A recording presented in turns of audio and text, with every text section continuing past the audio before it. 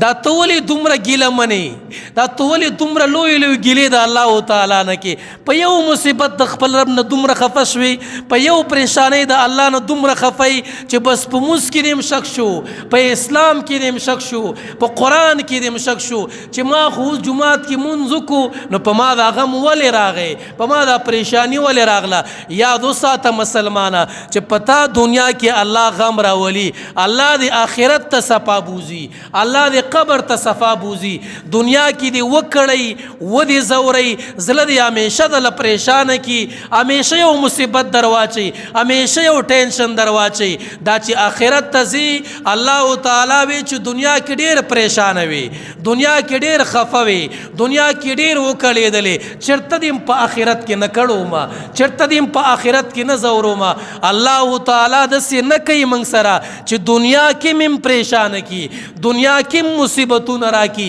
دنیا کې غمونه راکي او آخرت کې بیا هم غمونه راکي آخرت کې بیا هم پریشانۍ راکي آخرت کې بیا هم عذابونه راکي چېرته هم الله تعالی داسې نه کوي چې د دنیا غم راغې وایا الله په دې مې ګناهونه ختمې وایا الله په دې د آخرت سفر را اسانې وایا الله په دې د قبر سفر را اسانې هغه لویه ورځ هغه د قیامت ورځ چې الله ستا مخې له درتلل دي چې الله د تمامو انبیا مخې له تلل دي الله چې د تمام امتونو سره ملاقات دی دا پریشانی به برداشت کم دا غم به برداشت کم خو الله په هغه غم مې مبتلا کوا په الله په هغه پریشانی مې مبتلا کوا الله د هغه غم نه مې وساته الله د هغه پریشانی نه مې وساته دا نه چې لږ غونتې مصیبت راغې لږ غونتې تکلیف راغې نو ستا اعتراض په چا دی ستا شکوه په چا ده ستا ګیله د چا نه ده ستا شک په چا کې دی ستا شک به د الله په وحدانیت کې پیدا شي به د شک په خپل منځ او عبادت کې پیدا شي